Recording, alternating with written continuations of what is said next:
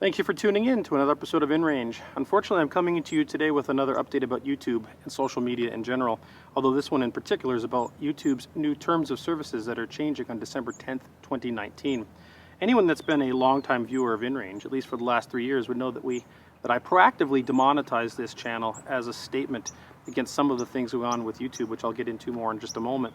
But on December 10th, I think one of the predictions I made back 3 years ago now that YouTube was being usurped by the old mass media is definitely coming to fruition.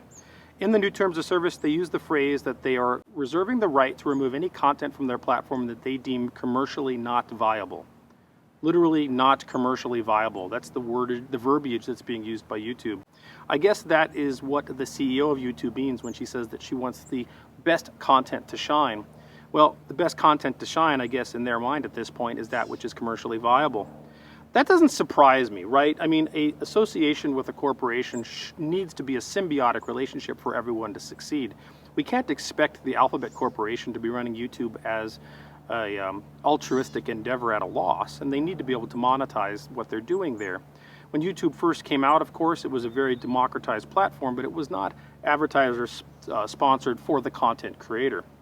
And then eventually they changed the economic model in which the content creators, when they met a certain level of criteria, could then be monetized. And then there was this agreement, a symbiotic relationship between YouTube and the content creator in which they would share those proceeds. And then, of course, the best content would shine, because as long as there wasn't an algorithm that was manipulating that on the back end, whatever people were interested in seeing, whatever that content happened to be, would be pushed to the top, and that content creator be rewarded with views, and those views turned into a monetary reward of resources. This completely built a new economic model and actually built a new employment model that now is frequently referred to as a YouTuber. That's a real thing. I know people make fun of that, but the reality is that would be no different than calling a mass media content creator a content creator, or calling CBS a media outlet. YouTubers are nothing more than a new form of a media outlet. However, they are a democratized version thereof. And the benefit of that has been that the old mass media has been chasing eyeballs as their monetization method, and the lowest common denominator applies. So if you happen to have an interest, a deep interest in a particular topic, like a 50-70 rifle, that's not something you're typically going to see on the mass media, because the average consumer isn't interested in that. Therefore, the content being created on the mass media has to meet the criteria to get the advertising revenue of what the lowest common denominator is of the average viewer's interest. That leaves a lot of us out in the cold in terms of what we want to see and consume. I happen to like edutainment, and YouTube is a wonderful resource, even today in 2019 with all of these shenanigans, for a place to go and learn about almost any topic you can think of on Earth. I referred to YouTube in the past as the Digital Library of Alexandria, and it still is, but they're definitely putting it at risk. They are lighting fires around that digital library, which I think are going to burn out that value, or actually burn and destroy the value of what YouTube has become. The value and power of YouTube is the diversity of content that is there, and the ability and democratization of that content creator to provide content that otherwise would not be marketable in any other way. However, back in 2017, we saw the adpocalypse start, and a lot of it was very strange, but the general consensus of this was that a number of advertisers that were providing advertisements and therefore monetization to YouTube were concerned about the type of content that their advertising was being run on. Whether that's true or false, I don't know, but the reality is what that turned into was a new model of monetization in which YouTube started to deem what could or could not be monetized based on very arbitrary cultural values. And of course, cultural values shift not just within the world, not even within our country of the United States, but within counties or even regionally within counties. So cultural values are a very dangerous tool for control if the people that control it are centralized in one location. And of course, that generally is the case with the internet oligarchy of corporations that run all of social media. That's another topic as well. However, back at that point, I realized that the advertising model that was being used by YouTube was being used as a weapon. It was a tool of control, and it had a cooling effect on the type of content that the content creator could create. And so therefore, I proactively demonetized the channel, removed our AdSense account, and went completely with a disruptive technology, at that time Patreon, of having and hoping that the creator, the viewers, the people with the real power, would actually support InRange and keep it alive, because we would no longer have any advertising money. And that actually turned out to be very real. And I am very humbled by the number of people that have supported InRange via their direct funding for now years and continue to do so. Guys, you're amazing, and you've kept InRange alive.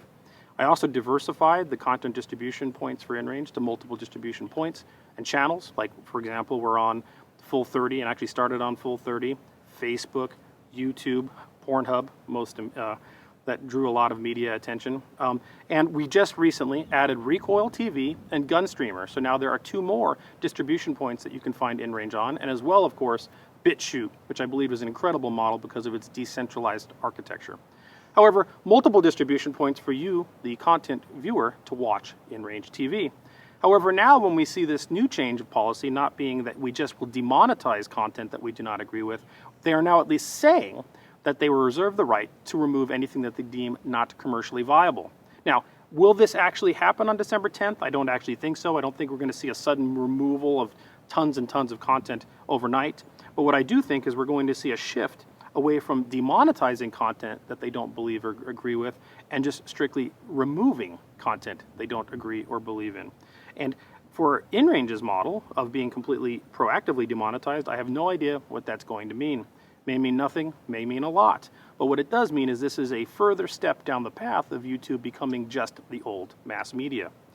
Recently, there was an exploit that was found in the source code of videos on YouTube that allowed you to be able to, via metadata and certain tags on your content, be able to dictate and determine a number of things that YouTube had determined about you, your content, and your channel.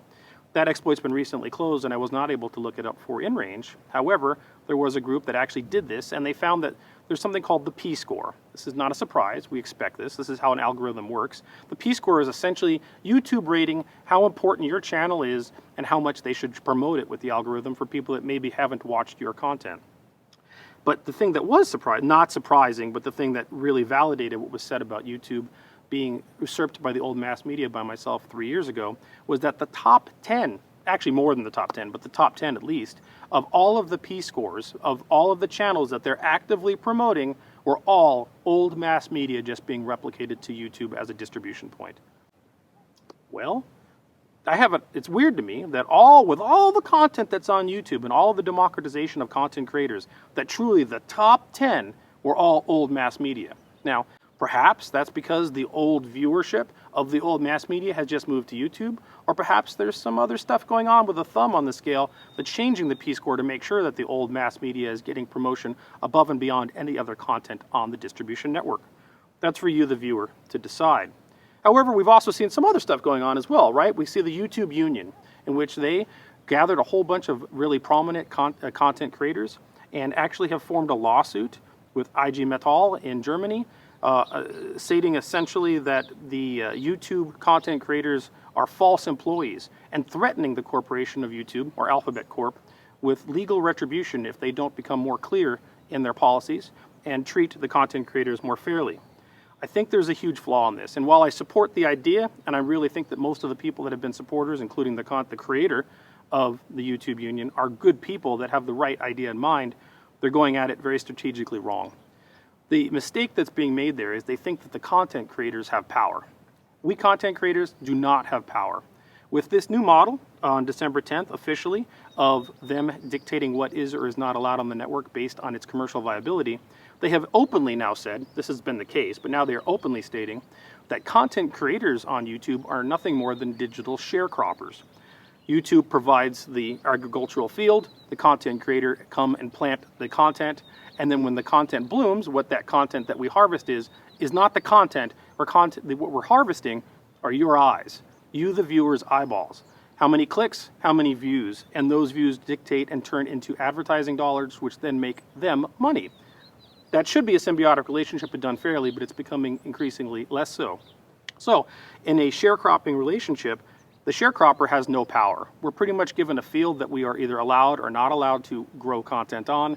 They are now dictating the content that we can grow. The only power that really exists in this environment are you, the viewer. Now, obviously, the Alphabet Corporation, YouTube, has a lot of power as part of the oligarchy of the internet, but the real power is the viewer. There really needs to be a YouTube viewers union, not a YouTube union of content creators.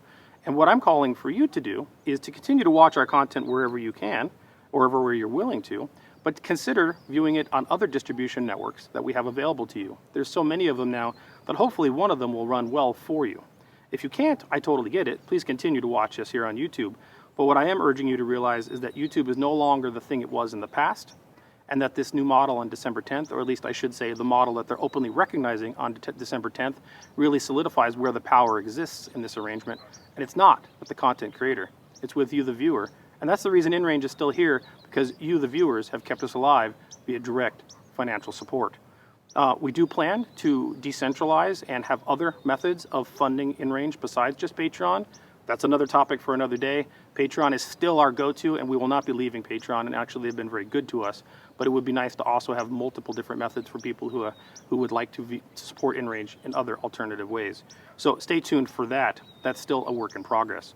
But I'd like to thank everyone that's kept InRange alive for these 3 years, and I am extremely humbled by the fact that you've done that. If you are already one of them, you sincerely have my thank yous. If you are not, please consider it. It is truly important for InRange, at least, if you like our content, to be able to continue to keep us here. If we leave YouTube, please watch us on one of the other distribution networks. I don't know what's going to come of YouTube, but I feel that the Digital Library of Alexandria is at risk, and that is a loss for all of us, InRange or not. Thank you for watching, and share with your friends.